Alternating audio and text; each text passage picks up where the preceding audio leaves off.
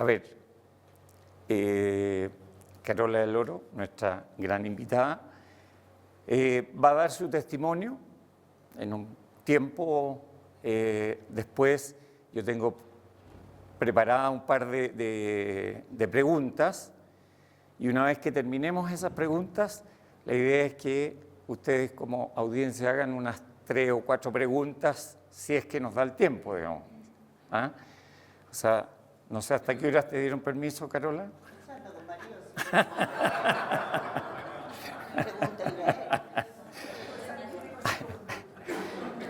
Bueno, y obviamente, como estamos en un lugar santo, la idea es que partamos con una oración para pedirle a nuestra Mater que nos abra el corazón y que caiga en buena tierra todo lo que aquí se hable en esta noche.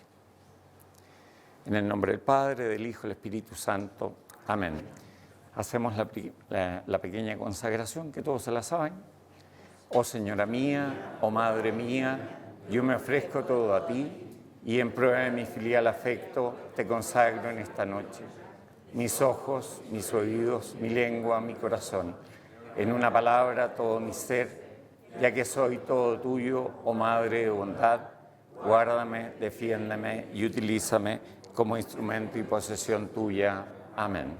Con Cristo su Hijo. Amén.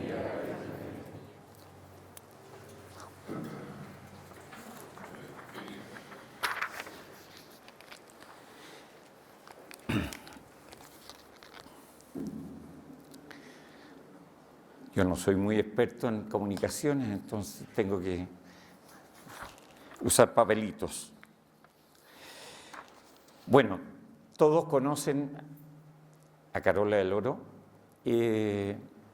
pero no sé si todos conocen su vasto currículum y todos sus logros en la vida que ella lleva. Vamos a hacer una pequeña presentación y después ella va a partir con su testimonio. Ella estudió filosofía en la Universidad Católica de Chile y es egresada del programa de alta dirección de empresas PADE del S Business School.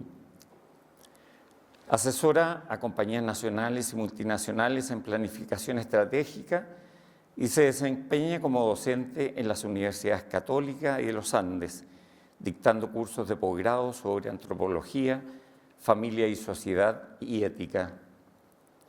Ha sido miembro del directorio en Fundación Chile Mujeres, Fundación Mustaki y Fundación Las Rosas.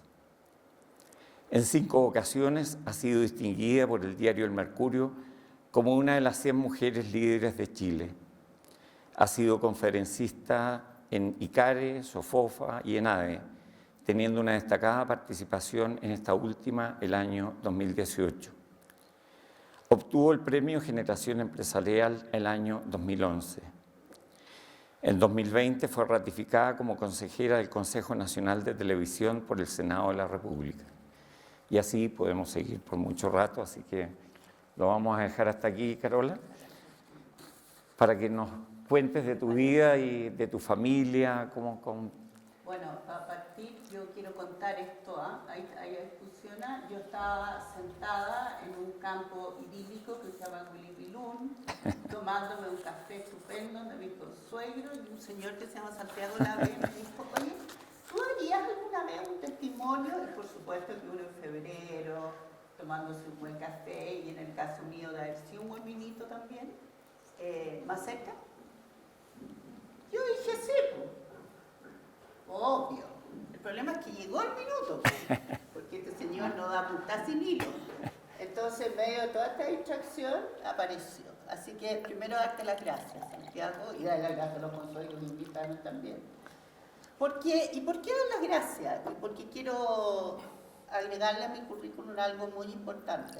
Primero, el ser parte de esta familia chelsatiana, que ha sido parte fundamental de mi vida, y el ser parte de mi familia natural.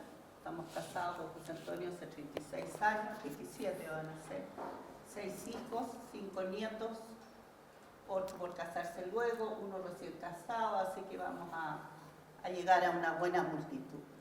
Pero Santiago me dijo, ¿qué te ha pasado en la vida? O qué cosa extraordinaria, ¿no es cierto?, te ha pasado. Y yo fíjense que miré mi vida y dije, a mí me ha pasado nada extraordinario. Mi vida ha sido bastante ordinaria, en el buen sentido. Y me puse a pensar. Entonces dije yo, primero vengo de una familia de 8 hermanos, donde soy la 7 de 8, lo que es bien interesante, porque lo mismo que hacer nada de repente, ¿eh? Es como una especie de esta chica que funcionaba, me tocó la Unidad Popular en toda su fuerza, donde me quitaron en el campo, yo tendría 5 años, 7 años, y me tocaron experiencias chilenas muy fuertes y que creo que todas las tenemos marcadas. Y que creo que también es un momento de experiencia bastante inconsciente. Yo era chica, solo vi muchos cambios en mi familia, pero sí vi una entereza de mi madre, que era su campo, y de que todos los problemas que habían, los vivió. Y los vivió bien. Y salió adelante y seguimos como familia. Y yo creo que eso fue una experiencia, fíjate, que mirado del tiempo me marcó fuertemente. Yo era una niñita más bien tímida, reflexiva, de un temperamento medio melancólico, eso se lo pueden preguntar a mi marido, ¿no es cierto?, con ciertos cuestionamientos, muy cuestionada, muy cuestionadora. Bueno, llegó el minuto de que tenía que estudiar, y entonces estaba entre psicología y filosofía, y cuando anuncié en mi casa que iba a estudiar filosofía, se vino abajo como el mundo entero. O sea, encontraron que ya esto era lo más raro. Que yo les quiero decir que estudiar filosofía en esa época era ir a los momentos más críticos del país. Y en los momentos más...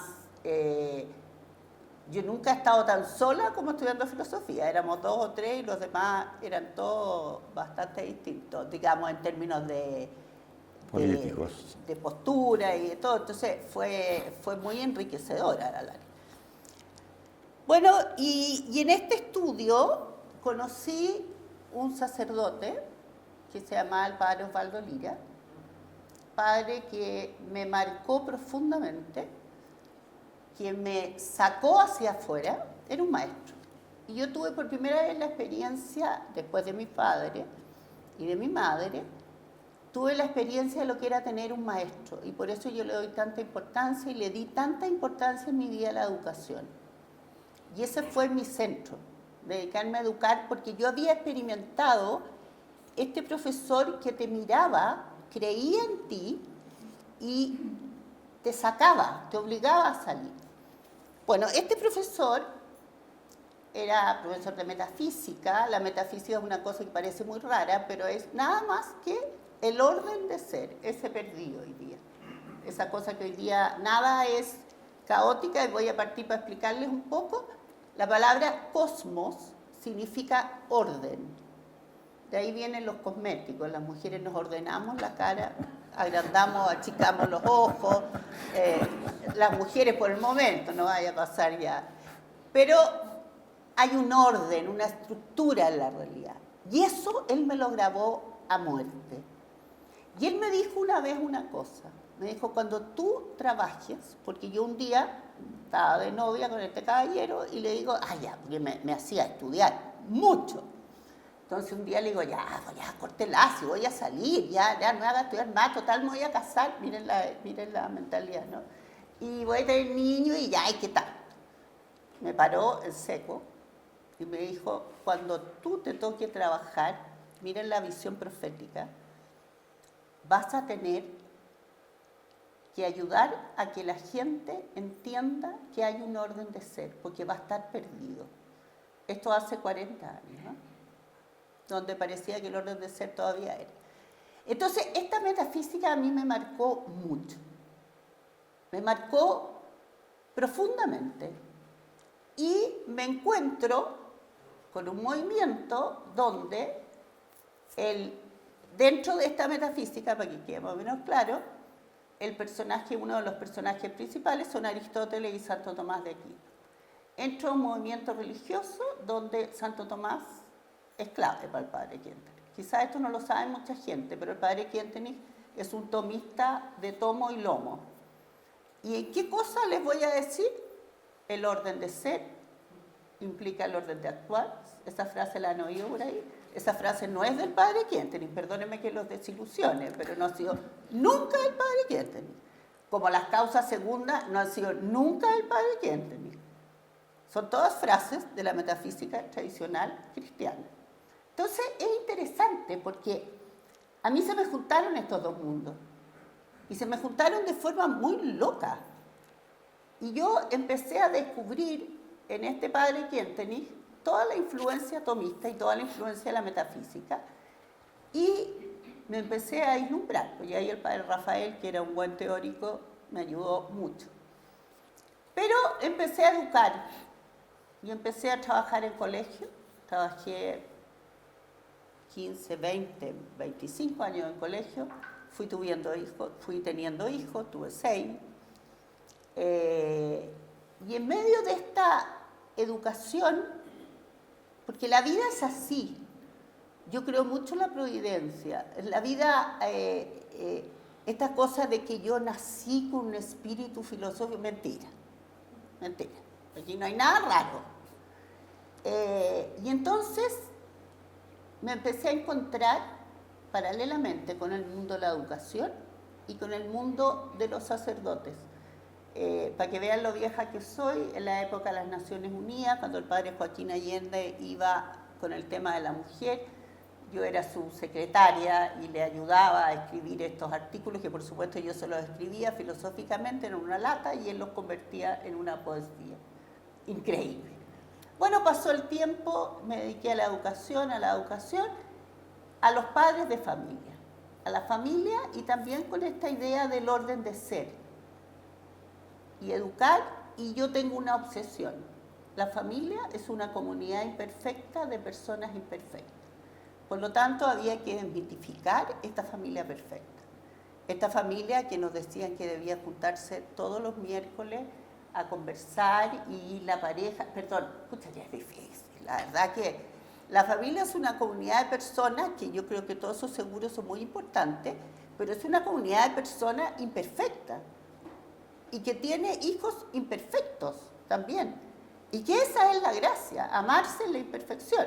Entonces me empecé a dedicar a la familia y trabajé durante 10 años, más o menos 15, en temas de familia y en temas valóricos de familia, pero desde esta perspectiva más del ser. Y en eso me empiezan a llamar de empresa. Cosa que yo y mi marido testigo aquí me hablaban del, no sé, del ROE y yo iba al baño corriendo y decía, perdón, voy y vuelvo, ¿qué es el ROE? No tenía idea, no tenía la más mínima idea y anotaba en un cuaderno igual que todas las palabras técnicas y en la noche mi marido me explicaba todas las palabras técnicas. Bueno, pasó el tiempo y empecé a ir a las empresas y me di cuenta que había un poder impresionante de transformación. Y dije yo, aquí hay que meterse. Y aquí hay que meterse y yo tengo un principio en mi vida, que es que cuando Dios quiere que yo me meta, me va a llevar el lugar que me meta. O sea, yo soy menos de buscar un camino, por eso es difícil hablar de un camino.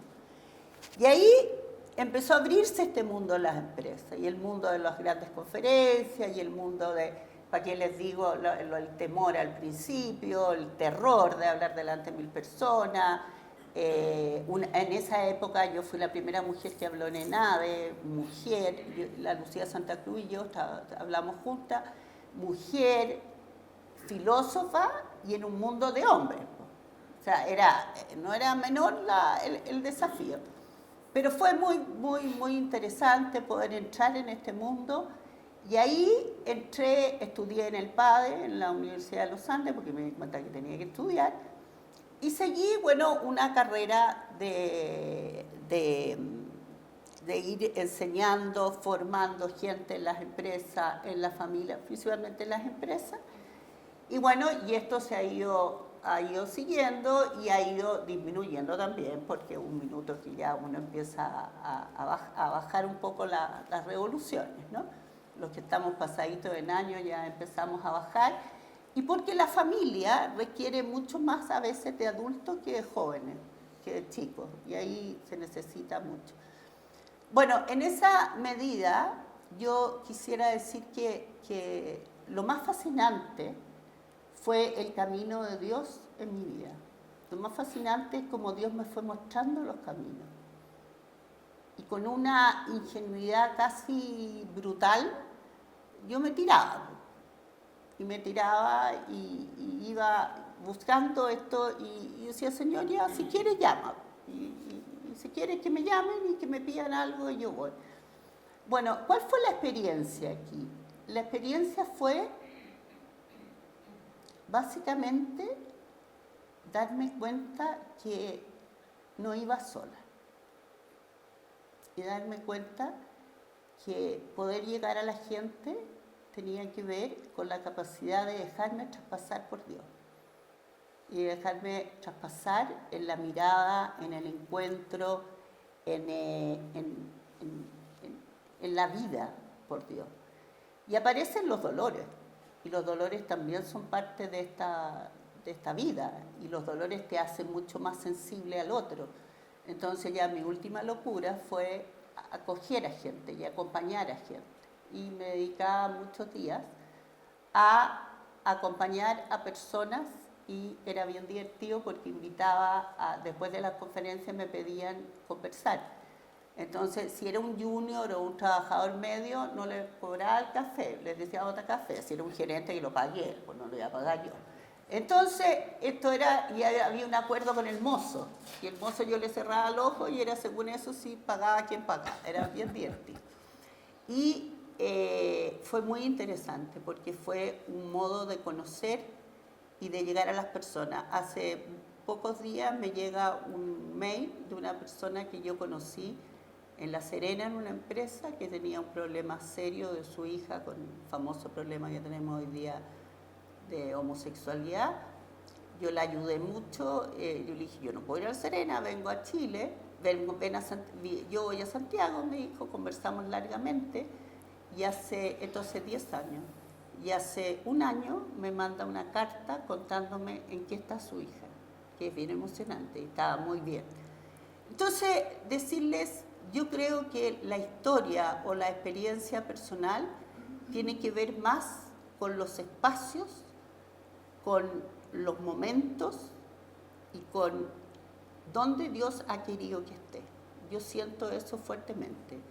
Ha sido difícil, ha sido arduo, ha sido cansador, me ha tocado viajar mucho.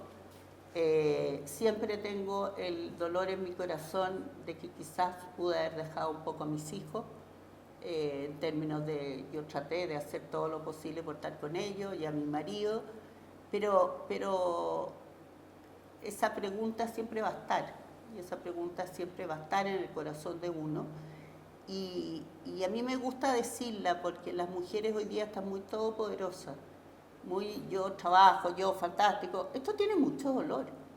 El trabajo de la mujer es muy doloroso, es muy complejo, es muy sufrido a rato, en términos de que tiene una serie de preguntas. Bueno, ¿quién se las hace? Y ya la última locura, así que nos reíamos delante, es que apareció esta inteligencia artificial y yo dije, bueno, aquí tiene que haber una respuesta humana. Y el último tiempo he estado dedicada a estudiar ese tema y a exponer sobre inteligencia artificial y persona. Pero más allá de la cantidad de temas que uno haga, es ver que Dios escribe un camino y que la causa segunda es verdad. O sea, que Dios te pone donde quiere que estés y te ayuda donde quiere que estés. Yo no creo en las personas que exponen caminos muy elaborados, ni creo en los excesos. Soy bastante centrada en mi postura, o sea, en términos de no soy una persona de extremo, soy una persona que ha tratado de convocar y de buscar consensos y encuentros. y yo sé que muchos podrán decir, esta señora debe tener una tendencia política dudosa de buscar solamente encuentros. No, tengo clarísimo lo que pienso, estoy totalmente en contra de muchas cosas, pero creo que este país, si no busca encuentros, va a encontrar desencuentros más graves de los que tenemos hasta hoy, y que esos encuentros tienen que estar basados en valores. Entonces, ese es el punto que yo siento más doloroso, y que les diría, me encantaría tener 30 años para volver a partir y poder trabajar en esto. Estaría metida, les decía, en la fundación de Román que vino, que fue impresionante, súper... Fundación Misericordia. Fundación Misericordia, perdón. Y muchas fundaciones que hay hoy día, me metería en todo. Pero bueno, no tengo los 30 años, gracias a Dios. Y les quise traer un libro que acaba de salir en Schoenstatt del padre Padilla, no sé si lo conocen, que es un sacerdote maravilloso. Y dice, y quiero asociarlo con algo personal, dice, recuerda tu canto. Cada uno de nosotros tiene un canto. La gran pregunta es si estamos cantando nuestro canto. Y esa es la gran pregunta que me hago todos los días y que creo que debemos hacernos todos los días. ¿Estamos cantando nuestro canto o el canto general? ¿Estamos poniendo nuestra nota o estamos siguiendo el canto y la nota que está siguiendo la sociedad? Ese es nuestro gran desafío. Y este libro pone, y era, no me acuerdo exactamente el autor, se lo voy a decir al tiro. No lo tengo aquí. Creo que era Víctor Hugo. Sale al principio, ¿no es cierto? Víctor Hugo. Dice, sé como el pájaro que deteniendo su vuelo un rato en ramas demasiado débiles, siente como ceden bajo su peso y sin embargo canta sabiendo que tiene alas. Se lo voy a volver a repetir. Esta es la imagen. Un pájaro en un ala, en una rama débil. A mí siempre me ha llamado la atención los pájaros que se ponen en ramas muy débiles, muy delgaditas, y uno dice, se va a caer, díganme si no es cierto. Y Víctor Hugo dice, sé como el pájaro que deteniendo su vuelo un rato en ramas demasiado débiles, siente como ceden bajo su peso y sin embargo canta, sabiendo que tiene alas. A mí me parece que esto me marcó profundamente y quería terminarlo con el testimonio diciéndoles que yo creo que somos pájaros arriba de ramas muy débiles y hoy día cada vez más débiles, y de eso vamos a hablar, pero que tienen alas. Y esas alas son las alas de Dios. Esa diferencia es la que hace una mirada de la vida de la otra. Momentos oscuros, momentos duros, momentos en que uno dice, ¿con qué ropa me voy a parar ahí? Bueno, estoy arriba de esa débil rama que canta y que permite cantar al pájaro porque sabe que tiene alas. Yo, si hay algo de lo que me disculpo, es de haber dudado en momentos que no tenía alas. Y si hay algo de lo que me arrepiento, es de no haber tenido más claro que mis alas eran capaces de mucho más, no por ser mía, sino por ser de Dios. No por ser mía, sino por ser creada por Dios. Entonces, esta es mi historia, es una historia de una mujer común y corriente, que tenía todo menos el don de la palabra, que era tremendamente tímida, pero que arriba de esa débil rama, Dios fue capaz de hacerla cantar. Y me pregunto hoy día, ¿cuánto más me faltó cantar? Ya que lo tanto, ya es difícil, ya cantarle a los de 20 es más o menos complicado, pero creo que hay que seguir cantando. Pero creo que esto es un testimonio común. Yo creo que todos los que estamos aquí hemos hablado en esta perspectiva. No sé qué más decirte, querido Santiago. Solo decirles que soy una enamorada del orden de ser y que creo que, y aquí quiero darles un argumento para sus hijos, creo que la ecología profunda habla todo el día del orden de ser, del orden de la camelia, del orden de la barata, del orden del delfín, del orden de todo. Pero cuando se trata del ser humano, desaparece. Y hoy día estamos en el aborto, en la eutanasia, en todo lo que sea la destrucción de la familia, en todo lo que sea de naturaleza humana, ahí la ecología no existe. Es una pregunta bien interesante dejárselas plantear. Seguimos todo lo que sea naturaleza biológica, naturaleza vegetal, naturaleza animal incluso, pero la naturaleza humana parece que ahí se acaba el orden, ahí desaparece, y ahí se puede hacer lo que me vengan ganas. Bueno, yo creo que eso es lo que los cristianos tenemos que volver a reinstaurar. No pretendamos que la política sea católica.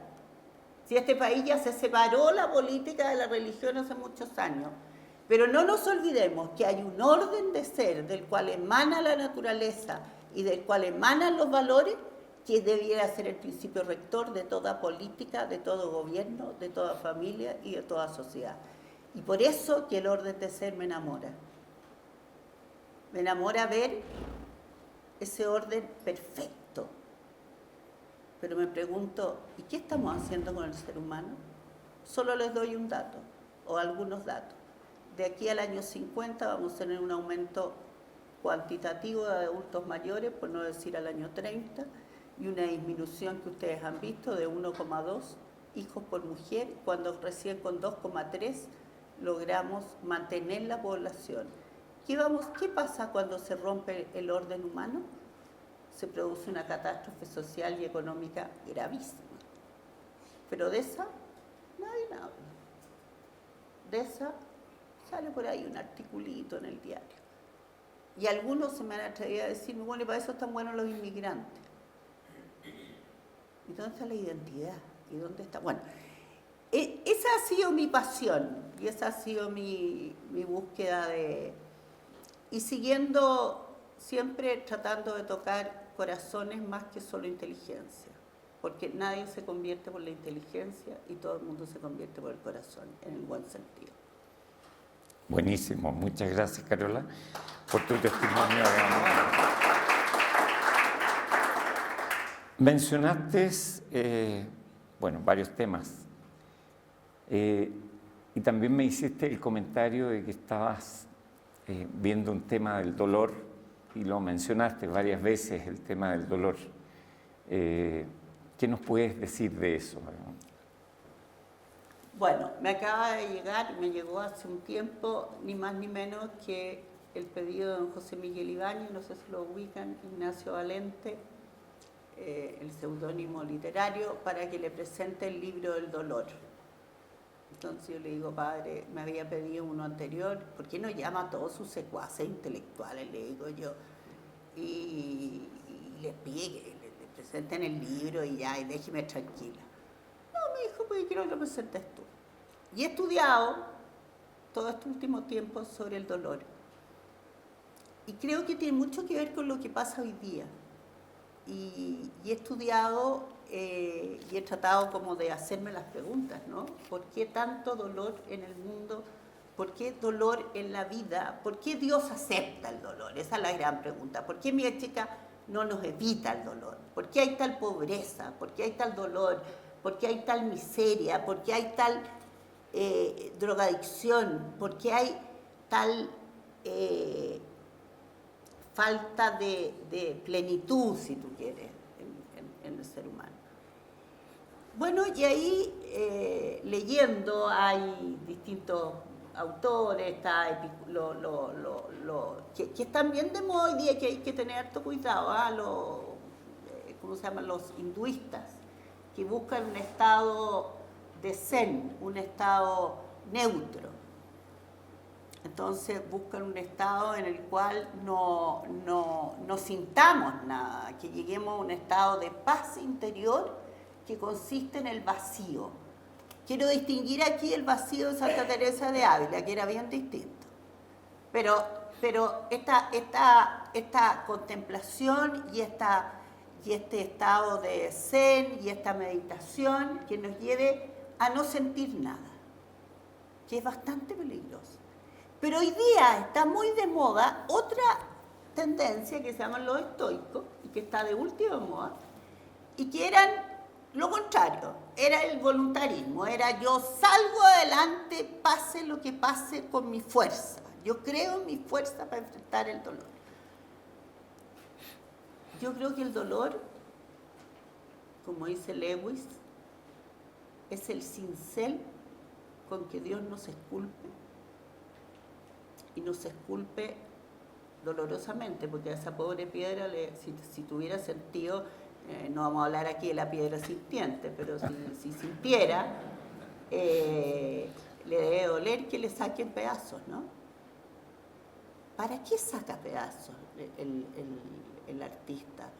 Saca pedazos para que aflore la verdadera figura. ¿Se acuerdan cuando hizo la Pietà Miguel Ángel? Le dijo, parla, habla, eres tan vivo. Pero Miguel Ángel no inventó la Pietà, sino que sacó de algún modo lo que sobraba y aparece esta obra de arte. Bueno, ¿qué Dios hace con nosotros con el dolor? Es un cincel doloroso, por favor, y que nadie diga que el dolor no duele, que nos va sacando lo que nos sobra, que nos va sacando aquello que no permite que yo pueda hacer esa figura que Él creó. Porque somos seres caídos, y somos seres caídos que fuimos desfigurando nuestra figura inicial, fuimos desfigurando ese sueño que Dios tenía con nosotros. Y en este pecado original y en esta caída se va haciendo más tosco, más fea la figura que Dios creó. Y Dios nos ama tanto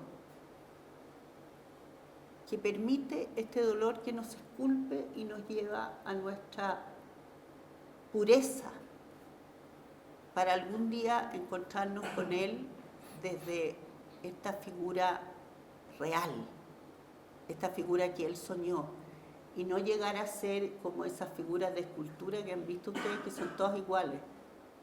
Hace unas esculturas del ser humano que son todas iguales, como hechas en serie. Bueno, lo excepcional de nosotros es que no somos en serie.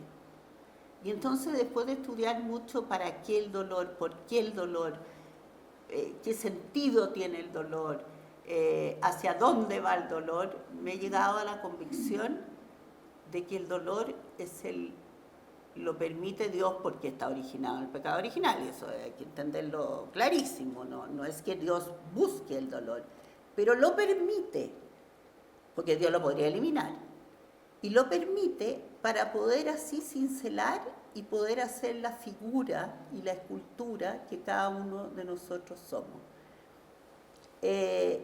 Yo siempre que hablo del dolor, primero vuelvo a decir que hay dos dolores. Uno es el dolor físico, que es el dolor de una enfermedad, y otro es el sufrimiento, que es el dolor más psicológico, más espiritual, que es tremendamente hondo. Ambos dolores pueden ser sobrellevados, o en ambos dolores Dios nos da la mano los permite, pero también nos da la mano para poder salir adelante de ello acompañado de Él. Por eso a mí una de los personajes que más me fascina es Simón de Cirene. Este pobre gallo que estaba parado en la fila mirando de curioso y que de repente le dicen, oye, gordito, agarra la cruz. Bueno, eso nos dice a todos los días Cristo a cada uno de nosotros. Oye, no te distraigáis, gallito, que la cruz está ahí. Agárrala. Y agárrala en serio. Porque si no la agarráis en serio, te hay que quedar a media. Bueno, eso, más muchas otras cosas, son las que he ido profundizando en este dolor, que creo que tiene mucho de la historia del padre Kierkegaard. Y este mismo padre, este mismo sacerdote, escribe un libro que se llama La Confianza. Y escribe sobre los momentos de dolor del padre Kierkegaard. La vida del padre Kierkegaard fue ardua y además Dios tiene una característica bien curiosa, que lo dijo Santa Teresa de Ávila. Le dice, si así tratáis a tu amigo, mejor ser enemigo tuyo, po gallito, porque la verdad es que, pucha, que es pesado. Y si ustedes se dan cuenta, mientras más santo una persona, tienen vidas muy dolorosas. Es que busca una pureza mayor, pero hay una gracia que va de la mano de él. Y esto es lo que a veces nos olvidamos. Entonces nos preguntamos, ¿para qué mi ética permite el dolor? Pero nos olvidamos que hay un Simón de Sirene al lado, que en este caso se llama Cristo, que nos ayuda a llevar ese dolor. Ese Cristo no puede venir como vino hace 2000 y tantos años, viene a través de cada uno de nosotros. Por eso que para mí el mayor dolor de hoy día es la falta de encuentro personal, es la falta de ser el Simón de Sirene de otro. Eso se llamaban obras de misericordia en la antigüedad y son maravillosas, y hay físicas y espirituales, pero no es más que ser el Simón de Sirene del otro. Y no es más, y en eso se nos ha olvidado. Estamos tan apurados, tan llenos de cosas, tan preocupados del éxito, tan preocupados de ser felices, que como dice Carlos Ruiz Zafón, que a mí me encanta, dice, además estamos obligados a ser felices, para desgracia. Porque el que no es feliz hoy día es un estúpido, el que no tiene bienestar, o sea, ¿para qué está aquí? Bueno, eso nos hace mirarnos muy poco los ojos y reencontrarnos en el otro y decir, bueno, yo soy el Simón de Sirene de ese. Curiosamente, las personas que me ha tocado conocer y que uno lee en la literatura, que han sufrido a fondo, pero que han sido capaces de darse a otro, son capaces de vivir el sufrimiento con esperanza y alegría. El problema es cuando el sufrimiento no te permite salir de ti. Y es ahí donde se queda entrampado y es ahí donde cumple un rol tremendamente destructor del ser humano. Pero cuando el dolor te lleva a ser más consciente del otro, te lleva a comprender más profundamente el otro y te lleva a acompañarlo, tú dices, parece que el dolor tenía sentido. Tenía sentido porque el otro, cualquiera, necesita a alguien. Y fíjense que esto no es tan antiguo. Hay un autor actual que se llama Byung-Chul Han, que dice que el gran problema de hoy día es que el otro se acabó, todo soy yo. Yo miro mi red de teléfono que además me corrobora lo que yo pienso. Qué curioso que me lleguen sus puros chats de lo que pienso yo. De lo que pienso yo, de lo que a mí me gusta, de todo lo que es mío.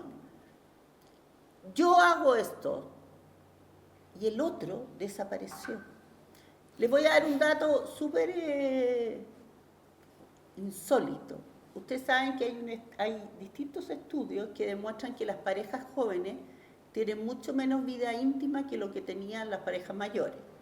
Casados, con todas las leyes y ordenados, y las que conviven también. Curiosamente, este estudio es un estudio de la Católica, y se ha tratado de buscar muchas explicaciones, y yo creo que la explicación es que cuando la sexualidad no ve al otro, sino que es una autosatisfacción, se encierra en sí misma y se agota. Y entonces uno de los puntos que el dolor esculpe y el dolor desarrolla es la capacidad de ver al otro y acompañar al otro. Si no, el dolor enferma, el dolor destruye y el dolor amarga. Si el dolor es con esperanza, es porque ha sido capaz de ver al otro. Si no, es una amargura tremenda que además uno la siente. Ahora está muy de moda una niña que habla de personas tóxicas y personas vitaminas. ¿Han oído por ahí? La Marian Rojas yo creo que es muy simple, eso lo dijo el cristianismo siempre.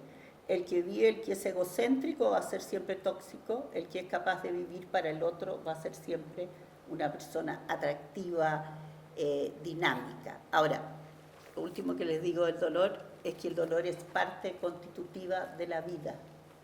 Y Cristo nos dice, toma tu cruz y sígueme. Y esa cuestión es como casi totalmente de loco, en un mundo que dice que el bienestar y la felicidad es lo único que importa. Entonces uno dice, bueno, ¿cómo vivo estos dos mundos? No sé, pero se contradicen. Y son dos mundos que tienen que llevar Por eso que tenemos que volver a este orden de ser, a esta naturaleza humana tan profunda. Perdonen si soy un poco densa, pero creo que esto es muy cierto.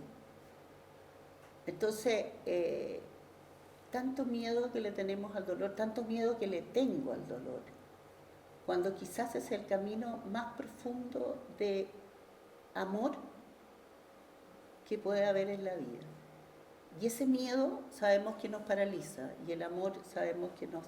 Y por último sabemos que seremos juzgados por el amor y no por lo extraordinario que hagamos.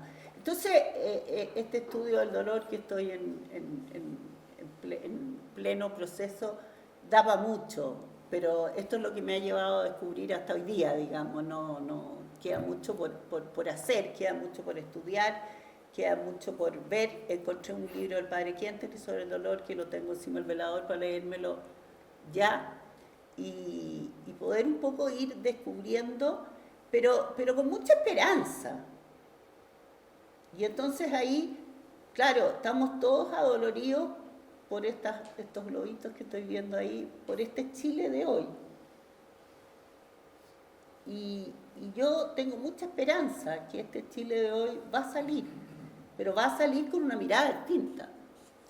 Bueno, justamente, y dada tu vasta experiencia en tema moral, ético, digamos, que ha sido un gran dolor para muchos, digamos, de ver cómo Chile se nos desmorona en cuanto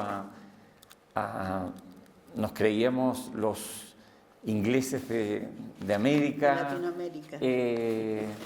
Creíamos de que acá en Chile no existía la corrupción, no existía todas estas faltas de ética que se han visto últimamente y que nos tienen agobiados, digamos. ¿Por qué crees tú que se ha producido todo esto, digamos? Yo creo que primero que todo no es un problema de Chile, es un problema del mundo. O sea, yo creo que eso hay que tenerlo súper claro. Pero mal de muchos, consuelo de tonto, Consuelo de como tonto. dice. No, porque hay que entender que estamos en un momento de cambio y de... hay un autor que se llama Carlos Llano que dice que es un momento de tal nivel de revolución que es inabarcable casi. O sea, la verdad es que yo creo que tenemos que darnos cuenta que estamos frente a uno de los cambios más radicales de la historia de la humanidad. Mucho más que la revolución industrial, mucho más fuerte. Donde lo que se cuestiona es la naturaleza humana. Donde lo que se cuestiona simplemente es si somos hombres o somos mujeres. Donde lo que se cuestiona es si una persona tiene que sufrir o no antes de morir. Donde lo que se cuestiona es si hay valores fundamentales o esto es un mero relativismo.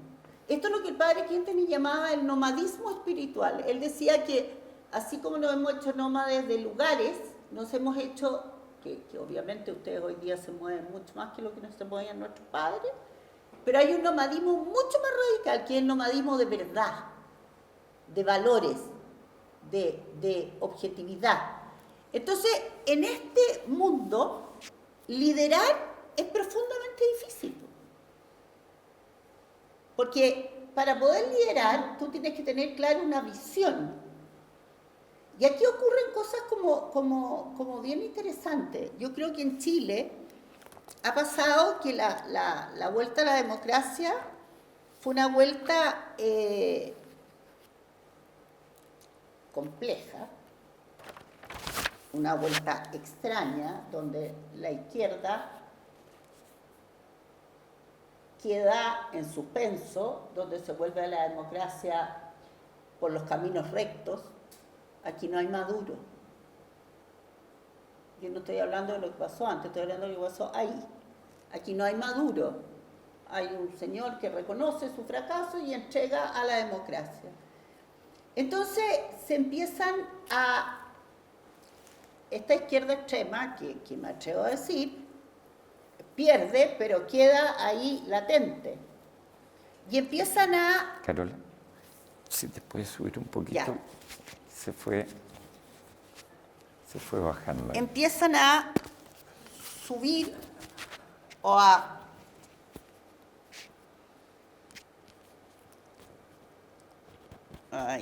Ahí. Ya, empiezan a producirse desencuentros muy profundos que no nos dimos cuenta porque estábamos en un periodo de bonanza, en un periodo económicamente muy bueno, aceptable, pero había un movimiento subterráneo de una izquierda que estaba tratando, y yo no quiero hablar más de política aquí, pero que estaba tratando de corroer un sistema. Y eso es el 18 de octubre. Con la diferencia y con la acentuación que este sistema se hace con violencia. Pero el tema de fondo, y de ahí seguimos para adelante toda la historia que hemos visto, ¿no? Que no ha sido precisamente una historia prometedora. Pero el tema de fondo es que lo que se pierde en esta crisis actual, que es muy profunda, es el sentido de patria. Y yo estoy muy orgullosa de que hoy día he visto más banderas chilenas y más identidad. Y está empezando a surgir de nuevo. Pero se pierde el sentido de patria. El Papa habla, cuando era obispo, tiene un texto precioso que me acordaba A ver, ya te lo estoy... Se me está notando la edad.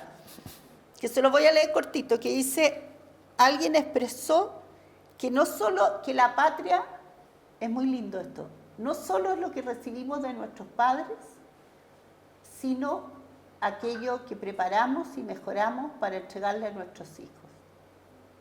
Esa es la gran duda que tenemos hoy día.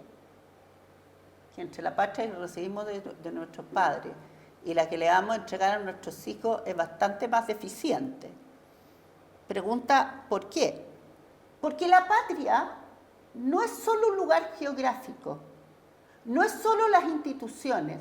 La patria tiene que ver a patrimonio, a paternidad, a filiación. Y cuando una patria pierde su relación con Dios, pierde su orientación.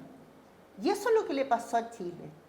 Chile perdió, y perdónenme que les diga, Chile perdió con mucha fuerza el sentido más humanista y profundo del ser humano, porque de algún modo nos entusiasmamos con un crecimiento muy rápido y un crecimiento muy exitoso, pero que yo creo, sinceramente, que nos hizo olvidarnos de nuestro origen y nos hizo sentirnos superpoderosos. Y siento que, desgraciadamente, nuestros hijos y nuestros jóvenes se sienten un poco así y no les importa lo que pasa. Y esa es nuestra gran angustia. Que de repente uno dice, bueno, estos niños se la juegan, perdone usted que es joven y está aquí y que le toca, pero en general, pero es que hemos perdido el sentido de patria, de pertenencia, de arraigo. Y los jóvenes han perdido los ideales, digamos. O sea, claro, porque tú no puedes tener ideales si esos ideales no están arraigados en una visión trascendente de la vida, en una visión, no digo ni religiosa, digo de que a mí me importa lo que le pasa al del lado. Todos nosotros vivíamos en poblaciones, en casas que nos tocaba ir en la micro y veíamos la población, ¿no? Hoy día estos jóvenes hacen, y que a mí me llama la atención, mucha vida universitaria, social, pero luego se acaba. Entonces, ¿dónde está el problema? A mi juicio está en que creemos que la patria la construimos nosotros nomás. Y la patria tiene que ver con este raigambre fundamental de valores objetivos que no hemos educado quizá, o que no hemos desarrollado con tanta fuerza, y que la sociedad y que la izquierda nos ha convencido, porque hay un señor que se llama Gramsci, que es un genio, que a través de un nuevo lenguaje, Gramsci es un italiano socialista que estuvo encarcelado, y en la cárcel, que fue lo peor que le pudieron hacer, porque lo dejaron en la cárcel y como es inteligente, se dedicó a escribir. O sea, fue el ideólogo de la izquierda, mientras nosotros estábamos felices de que estaba en la cárcel acostadito. Pero el señor no estaba acostadito, estaba escribiendo el manifiesto que se cumple hoy día. que fíjense ustedes que tiene como características súper simples. Primero, un nuevo lenguaje. ¿Ustedes se han dado cuenta de la cantidad de palabras nuevas que aparecen? Voy a partir de las tontas a las graves. Este problema no es menor, este problema es mayor. ¿Desde cuándo que el problema no es menor? El problema es mayor. Agendemos. Estoy hablando de las cosas tontas, pero hay cosas mucho más fundamentales, como les niñes. ¿Ustedes creen que eso es una casualidad? ¿Ustedes creen que lo inventó Boric? No, eso fue inventado en la izquierda. Por eso que no nos olvidemos. Y quiero ser súper clara con la izquierda, que es la ideología que está presente y que nosotros con una ingenuidad la dejamos pasar. No da lo mismo cómo se hable, porque el cómo se hable es el cómo se piensa. Y hoy día estamos hablando y estamos aceptando, es cosa que veamos cómo piensan nuestros hijos, que piensan unas cosas que uno queda con la boca abierta y dice, ¿pero qué pasó aquí? Bueno, porque el lenguaje va constituyendo realidad y es así, y va transformando la realidad. Entonces, este señor Gramsci dijo, cambien el lenguaje. La mejor forma de meter nuestras ideas. Métanse en la educación. La mejor forma que hemos tenido de destruir a nuestra sociedad. Y por supuesto, destruyan los valores fundamentales. ¿Y cuál es el seno de los valores fundamentales? La familia. ¿Qué le pasa a Chile hoy? Está inmerso en una crisis social y mundial enorme, pero tiene estas tres variables totalmente tragadas. Porque es como un embudo, como tiene poca cultura, se la traga toda. Manejo del lenguaje, intervención de la educación. ¿Ustedes han visto en educación cómo estamos? Es impresionante. O sea, la educación de prebásica es totalmente ideológica, y la de media y la de básica, y la universitaria. Y rompamos los valores. Y hemos visto este último tiempo un alto nivel de corrupción que nos demuestra esto. Entonces, ¿qué es lo que yo creo? Yo creo que Chile está traspasado por esto en forma muy fundamental. Y esto ha ido traspasando. Ahora, ¿cuál es la salida? A mi manera de ver. La salida no está en extremos. Yo creo que la salida está más bien en una palabra que es la cuerda fundamental que une a las personas y se llama confianza. Y la confianza es la gran palabra. Pero la confianza no es creer en el otro porque es buena persona, porque me gusta. No, la palabra, la confianza significa creer en el otro porque ese otro es predecible. Yo creo en ti porque tienes valores claros que más o menos te van a hacer actuar de un modo. ¿Se han fijado cuando uno dice, no sé, pero yo no podría hacer eso? Tendría que nacer de nuevo para hacer eso. Esos son los valores. Son esas cosas que uno tiene adentro que tendría que nacer de nuevo para hacerlas. Bueno, eso, fundamental, es lo que genera confianza. Entonces, hoy día tenemos un problema serio, que muchas veces ni nosotros mismos nos atrevemos a decir. Chesterton, que es un autor maravilloso, un inglés, dice, la confianza es prometer, es exactamente, creo que lo tengo aquí, se las quiero leer porque es muy linda. Dice, la confianza es una hipótesis sobre la conducta futuro del otro. Es una actitud que concierne al futuro en la medida que ese futuro depende del otro. Este es el drama. Yo creo en el otro, pero no puedo intervenir. Y Chesterton dice, aquí está, el hombre hace una promesa, se cita consigo mismo en algún lugar y tiempo. El peligro que esto conlleva es que no asista a la cita. O sea, yo tengo una cita con alguien, le prometo llegar. El problema es que ya no solo yo dudo que el otro llegue, sino que dudo que yo pueda llegar. Y ahí está el problema. Porque no tengo la residumbre y esos valores, quizá, para poder llegar a esa cita. No sé si me explico, pero la cita es como el encuentro. Por eso que la persona que genera confianza es la persona predecible, que tú dices, mira, esta persona tiene una consistencia interior que a mí me permite creer que va a llegar a la cita que yo le planteé.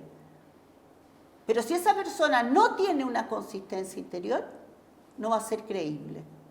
Y esto pasa en el mundo de la empresa todos los días. Estos son los líderes verdaderos, aquellos creíbles por su actitud, por su coherencia. En lo cotidiano no son carismáticos, quizá, pero tienen una solidez. Entonces yo creo que la única salida que tiene este país es volver a encontrarnos y realmente pelear y ir contra corriente de Gramsci en los valores, en la familia y en la educación. Creo que estos son los 3 ejes que van a permitir la confianza para unirnos de nuevo. No creo que venga por el lado solo político, creo que viene por el lado educacional. Ahora ustedes me dirán, sí, la educación es estatal. Sí es estatal, pero la mayoría de la buena educación en Chile es producida por empresas, por fundaciones. La familia está en destrucción. Sí, la pega de nosotros es ayudar a demostrar que lo que somos es fruto de la familia. El lenguaje está destruido. Sí, el trabajo nuestro es recuperar el lenguaje. Pienso que esa es nuestra labor. Otra labor es la que tienen los políticos, que es el consenso, el ponerse de acuerdo. Pero no pretendamos, y aquí yo quiero ser súper clara, no pretendamos poner la religión en la política, porque eso no es así. Pretendamos poner los valores fundamentales, porque lo sobrenatural, que es la religión, se asienta en lo natural. Y eso natural es lo que está alterado hoy día. Por eso cuesta tanto lo sobrenatural. Porque cuando tú tienes desordenados los valores, tienes desordenada la educación, tienes desordenado el lenguaje, es muy difícil que la gracia llegue. Entonces, yo creo que nuestro trabajo es ese.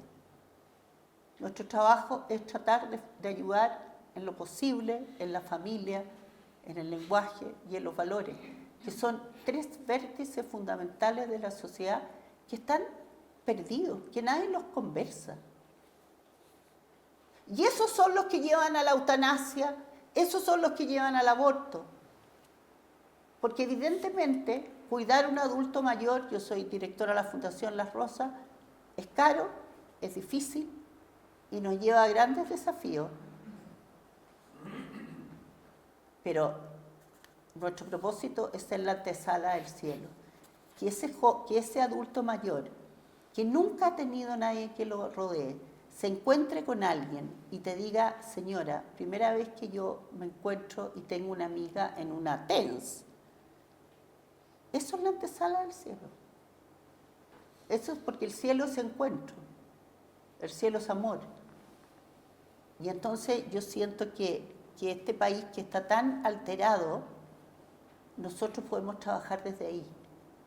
No sé si hay algún político aquí, eso son otras las lógicas, son lógicas más de acuerdos prácticos, de acuerdos concretos, ahí yo les diría mucho consenso y mucho acuerdo práctico. Pero el fondo donde nosotros podemos intervenir está en esas 3 áreas. En ser familia, en poder ayudar a ser familia. Eso es lo que podría decir en estas pocas palabras. Bueno, era un poco parte de la pregunta ¿cuál es nuestra labor? ¿Cómo podemos contribuir? Que es lo que acabas de decir, digamos. Yo creo que es esa. Yo creo que volver a creer en los valores, no a creer, a saber que eso es, entender que el ser humano tiene 2 vértices fundamentales, relacionalidad y mundo interior. Ahora, Carola... Y eso tenemos que desarrollarlo. Porque uno dice, pucha, claro, yo puedo hablar con mis hijos, con mi familia, pero es un trabajo a muy largo plazo, digamos, porque por eso digo la que hay 2 influencia órdenes. es muy menor, digamos. Es que aquí hay 2 órdenes. Uno es el orden político, que es otro orden en el cual yo no me meto, que es estratégico y que tiene una serie de cosas. Pero hay un orden humano que no se trata solo con nuestros hijos, se trata cómo trato a la persona que me encuentro en la calle. Eso es yo haría en Chile una campaña del respeto, del saludo, del encuentro, de cuántas vidas tú yo siempre digo, antes de acostarse había que preguntarse si al menos he tenido 3 encuentros significativos en el día. O sea, 3 personas en las que he podido influir. No dándole un discurso, sino que según el saludo, me detuve, le hice un regalo mínimo, le oí su drama. En la catedral tú sabes que hay mujeres que se dedican solo a escuchar historias de mujeres desde prostitutas a mujeres que han tenido dramas. Y tú dices, ¿por qué llega una prostituta a la catedral? Porque no tiene con quién hablar. Porque hemos perdido esa costumbre. Entonces, es lento, la educación es lenta, pero no por eso no es importante. Y mira dónde estamos, mira dónde estamos por querer hacerlo rápido. Y ese ha sido el drama. Hemos dejado la educación, porque como la educación es lenta, ningún presidente la toma porque no tiene efectos en 4 años. Como los valores son lentos y la familia es lenta, tampoco la tomamos porque hay casa para toda la vida. Y así vamos destruyendo. Entonces, yo creo que tenemos que tomar ese camino y lo tenemos que tomar en serio porque es urgente. Ahora, lo urgente no siempre es rápido. Y no hay un método, aquí podemos comprarle a los gringos métodos fáciles para las cosas, pero yo creo que métodos fáciles para las cosas profundas no hay. Bueno, de hecho, lo que tú decías, Gramsci se ha demorado ¿cuántos años en...? Sí, y penetró. Pero nunca lo quiso hacer rápido. Y penetró, y quienes me dicen que el marxismo no está en Chile o no está en la sociedad, está absolutamente equivocado. Está penetrado en lo más del fondo. La parte económica ni le interesa. Esa viene después. Pero estamos preocupados de la parte económica, de la parte social. Pero lo que está haciendo por debajo es corroer las 3 fuentes de vida. Y esas 3 fuentes de vida yo creo que nos van a preguntar al otro lado qué hicimos. ¿Qué hicimos con esas 3 fuentes de vida? Y por último quiero terminar con la inteligencia artificial. La inteligencia artificial tiene miles de posibilidades. Porque las personas van a poder trabajar y van a poder hacer actos más propiamente humanos. En vez de estar levantando una caja todo el día, van a poder hacer otras cosas. Y ahí hay todo un mundo por indagar. Pero no tengamos miedo, si nosotros no podemos tener miedo. Si nosotros tenemos miedo, que creemos en todo lo que creemos, y obviamente yo lo tengo igual que ustedes, porque aquí estoy hablando desde el micrófono, el mío lo tengo igual, cuando veo a mis niños, cuando veo todo lo que se piensa, pero es que tienen que vernos, y aquí hay unos enamorados de esto, y enamorados no desde la crítica, desde la maravilla que es ir acompañado de Dios. Y yo creo que eso nos ha faltado. La maravilla y lo extraordinario que es estar. La maravilla que es creer. No el conjunto de normas que implica creer, sino que la maravilla que es creer. Y por eso puedo dejar una serie de cosas. Bueno, podríamos... Bueno, evangelizar. Esa es la evangelización. Con nuestro ejemplo, actitud, etcétera. Por eso es tan dramático y la corrupción en gente nuestra. Por eso duele tanto. Y lo que yo siempre digo, digamos, porque se lo oí al Papa, digamos, varios a lo mejor me lo han oído, pero en una audiencia del Papa, un profesor que andaba con un grupo de jóvenes le dice, ¿qué nos pide su santidad que hagamos? Y él les dice, métanse en política. Claro. Y el profesor les dice, sí, pero la política es tan sucia. Lo que pasa es que se ensució porque dejamos el espacio. Exacto. Salimos de él. Empezamos a ver que se estaba ensuciando y salimos. Y la dejamos. Exactamente. Pero vemos hoy día transformaciones bien fuertes en política y vemos audacias, y yo creo que tenemos que creer en esas audacias, porque tenemos que ser audaces. Ahora, audaz en el riesgo, fuertes tareas sobre débiles hombros. Pero yo creo que tenemos que mostrar futuro, mostrar salida, mostrar esperanza, mostrar, aunque les tengo que reconocer que a ratos cuesta y cuesta mucho.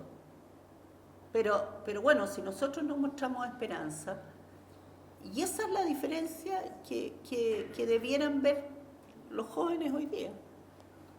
O sea, aquí hay esperanza, y la conversación nuestra siempre sobre lo crítico, sobre el problema que hay, sobre... yo creo francamente que la Iglesia y que nosotros, que somos la Iglesia, tenemos que hacer un mundo nuevo, como decía el Padre, con hombres nuevos, con mujeres y hombres. En esa época era más chiquita la cosa, con hombres y mujeres que transformen la sociedad en este tipo de cosas. Es como difícil transmitir esto, pero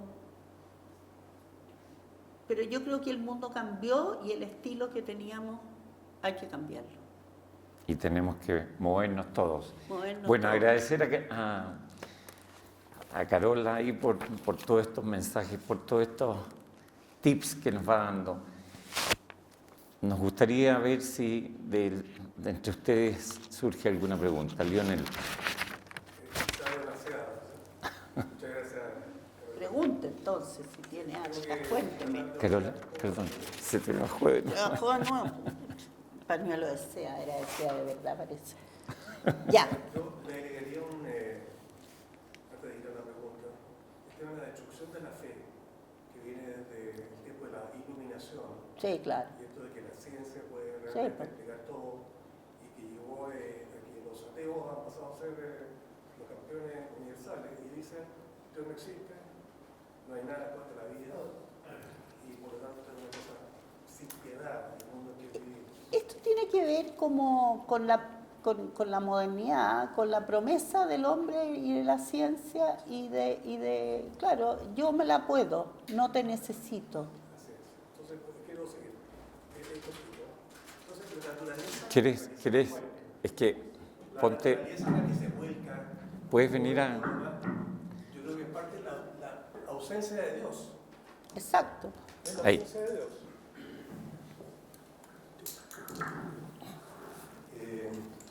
Y la ecología del hombre, que no desaparece, o sea, no aparece, es porque es un universo homocéntrico en el que estamos viviendo. O sea, el hombre abandonó a Dios y uno se mete en los 4 bienes inferiores que sea Santo Tomás. Entonces, nuestros jóvenes son hoy día penetrados por esta idea de que, ¿cómo puede ser católico? Si no existe Dios, todo se puede explicar a través de la ciencia. Entonces, quiero entrar en el tema del dolor. ¿Ya? Los jóvenes hoy día dicen, ustedes no me escuchan, me están tratando de adoctrinar en la fe. No hacen caso a mis preguntas. Lo segundo dice, si tu Dios es tan bueno, ¿por qué existe el dolor? Claro. Y el sufrimiento. Y por tanto uno dice, bueno, el libre albedrío ya salieron de nuevo con el libre albedrío. Y por tanto uno dice, ok, tenemos que recuperar la fe. Entonces me preguntan, relacionada con el dolor y con todas estas cosas, es cómo influir más en los jóvenes. O sea, solamente el catecismo no sirve. No. Porque tenemos los ateos por una parte y por otro lado todo un mundo que se mueve en función del placer o del poder. Pero fíjate ¿Cómo que... influir en ellos? ¿Cómo influir? Yo creo que influir en el testimonio. Fíjate que yo creo que hoy día la coherencia, el testimonio, el cómo llevamos el dolor es algo que a los jóvenes les impacta.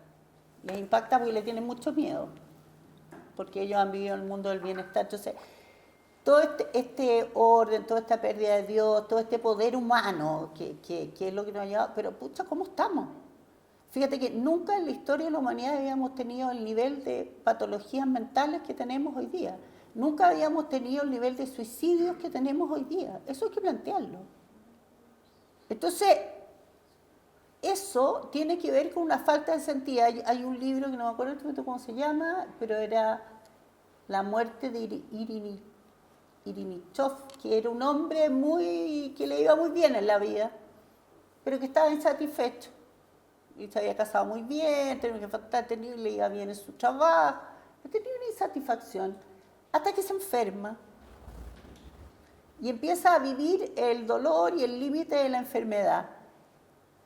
Y este hombre empieza a encontrarle el sentido a la vida, porque nunca se había detenido a pensar. Es un libro bien, los rusos son, aparte que son un poco trágicos, pero son los grandes psicólogos del mundo. Ahora, yo creo que no nos queda más que el testimonio, la palabra adecuada, en el momento adecuado, con mucha delicadeza, con mucha prudencia, no delicadeza, no me gusta la palabra delicadeza, con mucha prudencia poder llegar y decir, tocarlos, pero básicamente el testimonio. No creo que hoy día podamos, es demasiada la información que tienen en contra.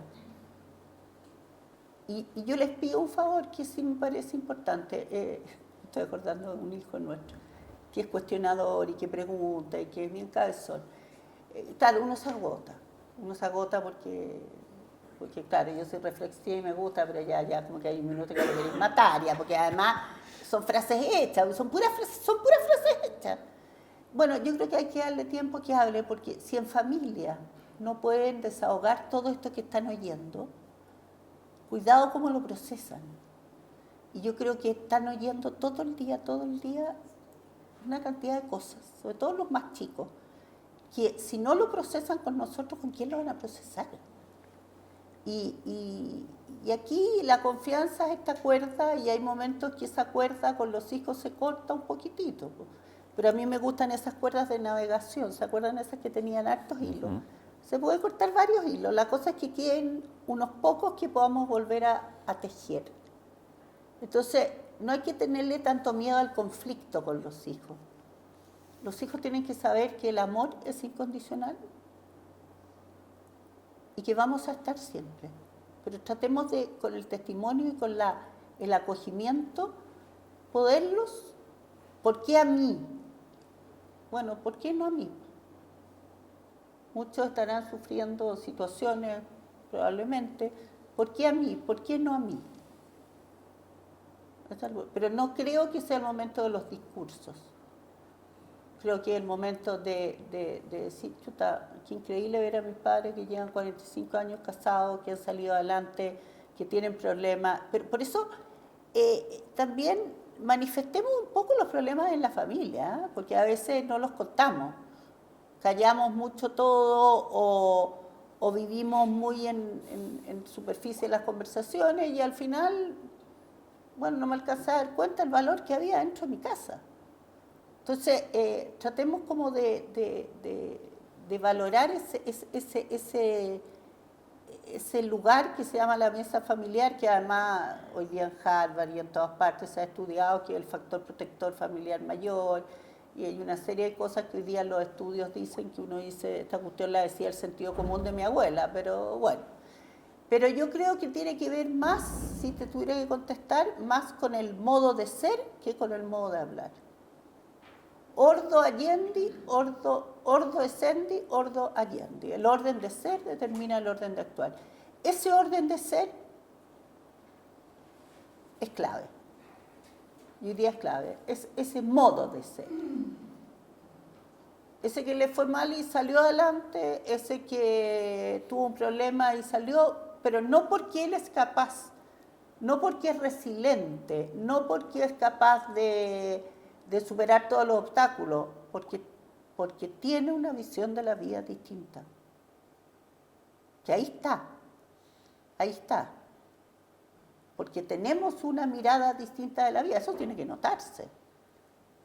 Y notarse en las buenas y en las malas. No sé si hay ¿Alguien más? comentario. ¿Alguna pregunta? Este señor tiene buena voz. Grite fuerte. Muchas gracias, Carola. Bueno, yo creo que lo que me pasa a mí, yo creo que a todos, que uno primero, como San Pablo, no hago el bien que quiero, sino el mal que no quiero. Y también muchas veces me pregunto yo cómo poder responder a este mundo que cambia tan aceleradamente. Uno cree que el celular lleva 40 años en el mundo, y no, lleva muy poco tiempo. Y cómo ha entrado en la familia. Entonces, uno busca la respuesta, creo yo, o trata de buscar la respuesta, bueno, en la religión, en tu fe, en tu cercanía, con la iglesia, con los sacramentos. Otra herramienta, creo yo, y esa es mi pregunta, ¿qué opinas tú de la literatura? Que no sé, hay psiquiatras famosos como Armando Roa que no podían no hacer las clases pensando en Dostoyevsky y en grandes, digamos, escritores. Y por otro lado está la filosofía. Entonces, mi inquietud es, claro, uno quiere contestar muchas cosas, por ejemplo, para argumentar, pero el tiempo, como dices tú, es escaso y la producción y el conocimiento es demasiado vasto. Entonces, como que viene esa insatisfacción de poder llegar, de poder contestar, de poder comprender este mundo, porque hay una palabra que se usa mucho, quizás que es parte de Gramsci, todo este tejido social que claro, hemos construido, típico. No, pero claro, las damas de verde, de rojo, amarillo que habían en la época que yo era chico, todo este sentido social que se ha perdido en gran parte de Chile, las juntas de vecinos, el sentido del barrio, que van destruyendo de nuevo, tejido social. Entonces, y la verdad que también es tan poderoso el lenguaje, como decías tú, que de repente hoy día cuesta también decir lo que uno piensa, porque se te tiran Cuesta, como leones. Entonces, claro, mi respuesta a eso a veces es decir, me gustaría entrar a estudiar filosofía, pero me voy a quedar más corto que no sé qué, o a estudiar más literatura o aprender más. Entonces, ¿por dónde va la cosa, Carola? Y me acuerdo de una charla tuya que tiene que ver con esto, que son, para este mundo, para poder navegar, no podemos andar con los mapas viejos. Tenemos que tener mapas nuevos, frase tuya, no mía. ¿Cuáles son esos mapas nuevos? Mira, o sea, que me digan a mí que la literatura y la filosofía es clave, no hay nada que me guste más, pero tiene que gustarle a la gente, porque hay gente que es más práctica y me dice, no, si me vaya a decir que obviamente leer a Dostoyevsky, si quieren entender a sus hijos y lean a Dostoyevsky, los van a entender al tiro, así que, pero eso es una opción, y es una opción para los que les gusta, para los que tienen cierta afinidad. A mí me fascina y ojalá ahora, sí creo que hay que enseñar filosofía en los colegios y se está notando que no.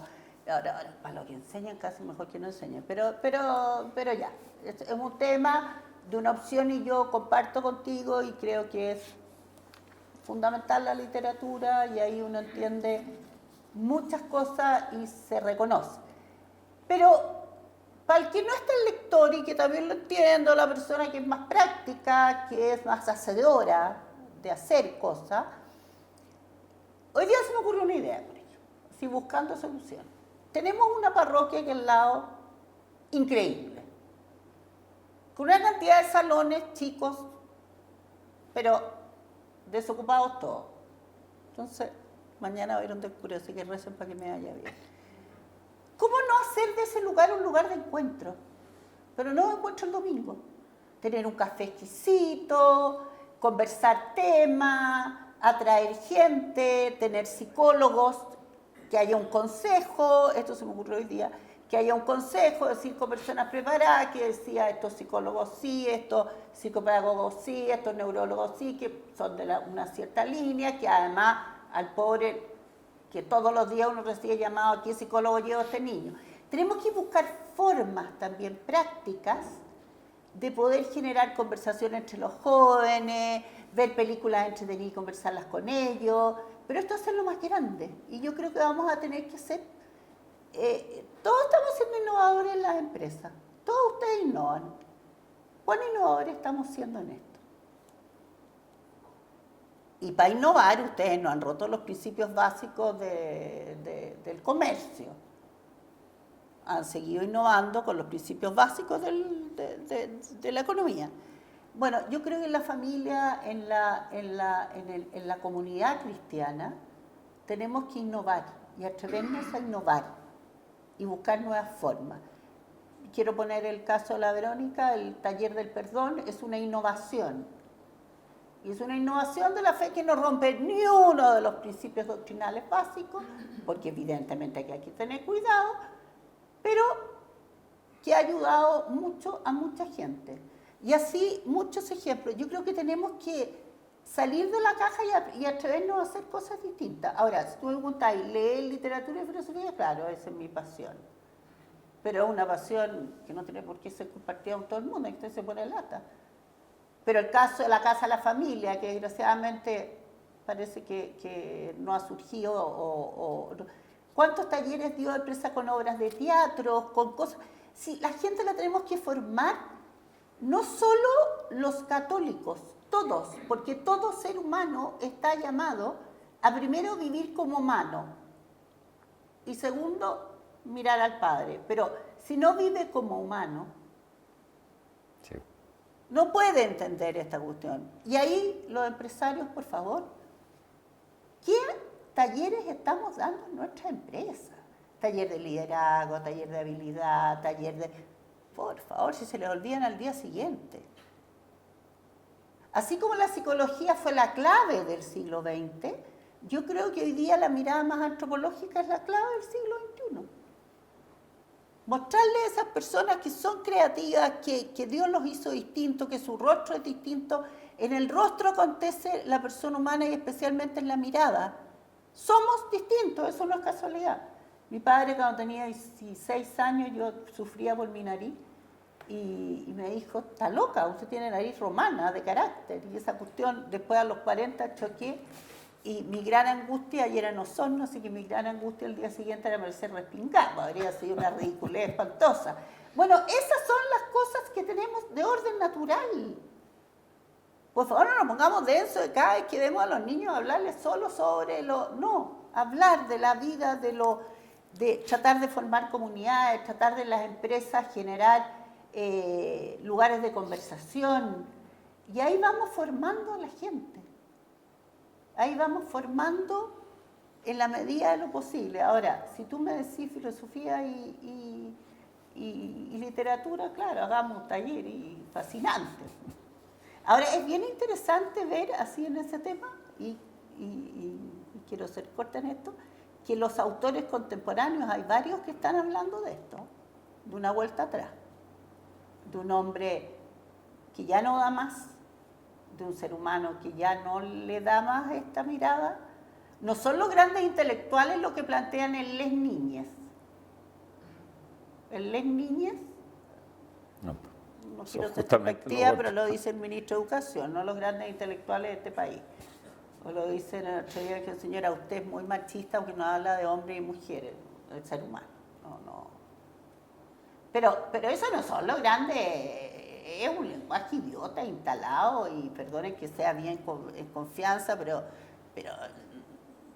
¿cómo nos vamos a achicar frente a eso? Po?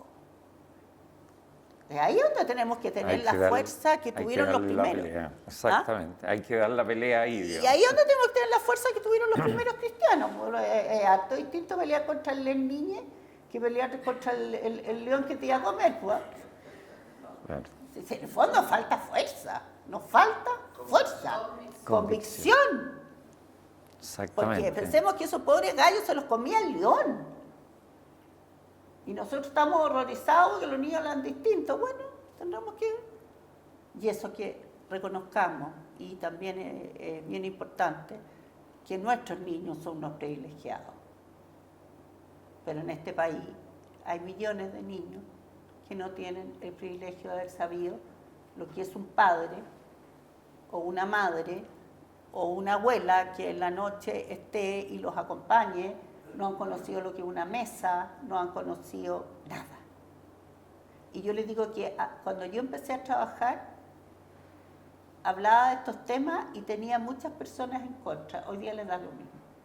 Y la indiferencia es mucho peor que la contrariedad, digamos. Había que tener argumentos. Yo me acuerdo que me preocupaban los argumentos que le iba a dar. Hoy día, se me viene con cabeza esta vieja. Pero curiosamente, y con esto termino, me tocó ir a hablar con unos padres de familia y estaban todos fascinados. Y dice, señora, Y yo dije, van a encontrar a esta abuela que viene a hablarle de los hijos. Nada, y la certeza, la convicción, nada especial.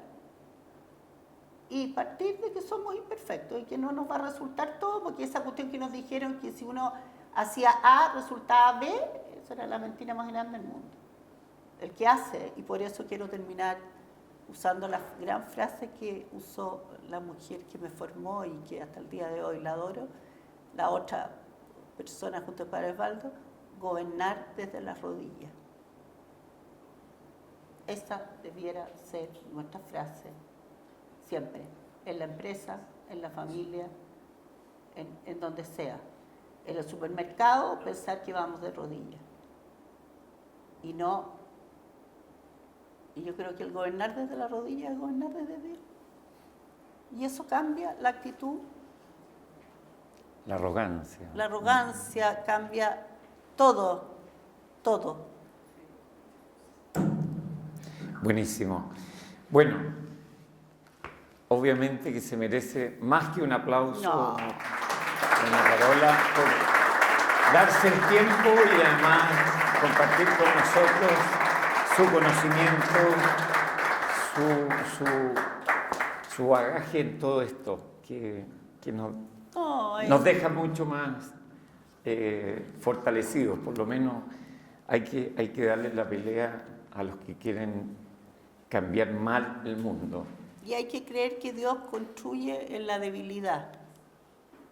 Ese es el otro principio fundamental. Al final Dios construye en la debilidad y así como la lectura de ayer, los apóstoles salían y le decían, pero ¿cómo vamos a ir?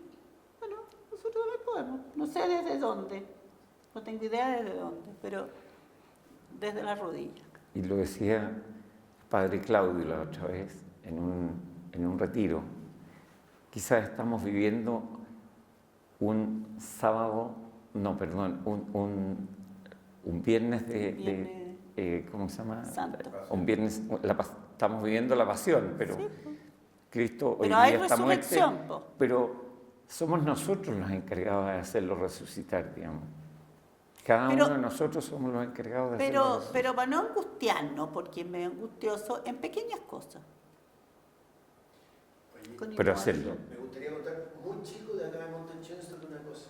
La hermana María, que es cantadora, no sé si tú la conoces, ha hecho como una pastoral del trekking, porque aquí pasa mucha gente que Sí, sube el mira, cerro. mira. Pero lo que quiero contar lo encuentro tan lindo y por eso lo cuento para irnos con la esperanza. Sí, po. Bueno, ella va con su hábito, todo, y con un bastón, Y va sube. al manqueo, al manquehuito, y se van a conversar con la gente. Y en una de esas conversa con un joven, común y corriente, y se ponen a conversar, y a conversar, y a conversar. Tienen intercambio después, digamos, mediante WhatsApp, todo, y pasan los días, pasan los meses. Y él hoy día está haciendo el taller de alianza. Invitó a su mamá, a su hermano, a una tía y a 2 personas más.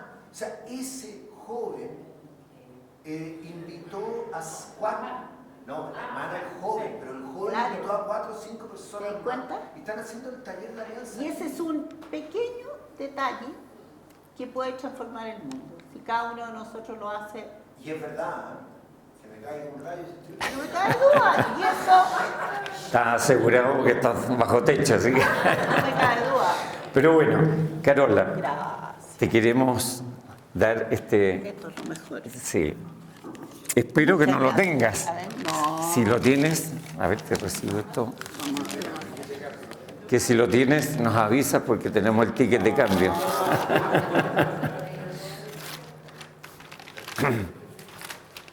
No lo tengo. ¿Cuál es? Genial. Más allá del capitalismo y el socialismo. Jornada, mira qué bueno. Yo no Sobre- quise hablar más de eso, porque ese es otro temazo, pero no me quiero meter en temas que no son mi especialidad y que son eso, pero qué bueno. Porque ahí el padre Interesante. Kentenich también habla un poco de este mundo fuera de la política, que es el que nosotros mundo tenemos que... capitalista. Pero es como un mundo intermedio entre el capitalismo y el socialismo, pero Bueno. pensando en la persona más que... Acuérdense que Pío XI, en la encíclica Rerum Novarum, critica tanto el marxismo como el capitalismo y habla del libre mercado. Por eso que por favor les pido que como católicos cuando hablen del libre mercado. Qué bueno. Porque Bueno, eso es un tema. 1.000.000 de gracias, Carola. No te queremos quitar más No, por tiempo favor. y gracias a ustedes por haber participado.